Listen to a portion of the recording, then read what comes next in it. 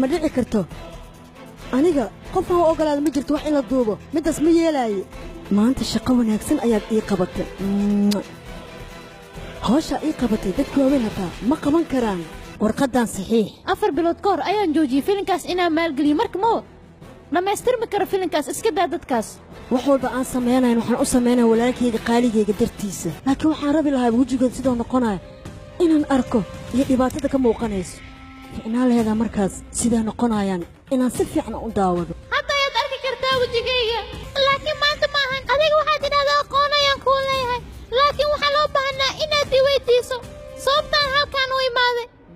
ilaan iskama imaanin aniga gabriel istaag yaa awood kuu si inaad gurigayga aad soo gasho misna aad filan iga duubato adiga hooyadaa waa idin dacweynaya gabar fiican matida adiga iyo hooyadaana xukunkiina wuxuu noqonayaa xukun dil ah midaas la soco berishan saa filanka inaad fiirsato ha iloowin adigana matalaadda aad samaysay in loo sacbiyo ayay istaaheshaa